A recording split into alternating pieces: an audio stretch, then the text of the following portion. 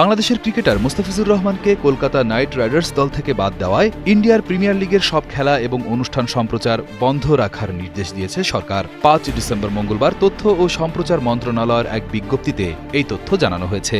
এতে সই করেছেন মন্ত্রণালয়ের সহকারী সচিব ফিরোজ খান।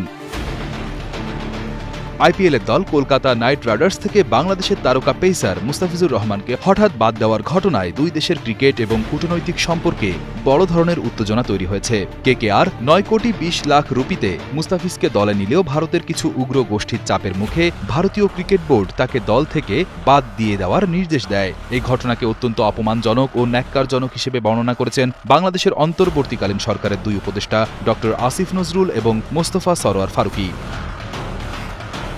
ক্রীড়া উপদেষ্টা ডক্টর আসিফ নজরুল মনে করেন, একজন পেশাদার খেলোয়াড়ের সাথে এমন আচরণ গ্রহণযোগ্য নয় এবং তিনি এর প্রতিবাদে বাংলাদেশে আইপিএলের সম্প্রচার বন্ধের জন্য তথ্য ও সম্প্রচার মন্ত্রণালয়কে অনুরোধ জানিয়েছেন।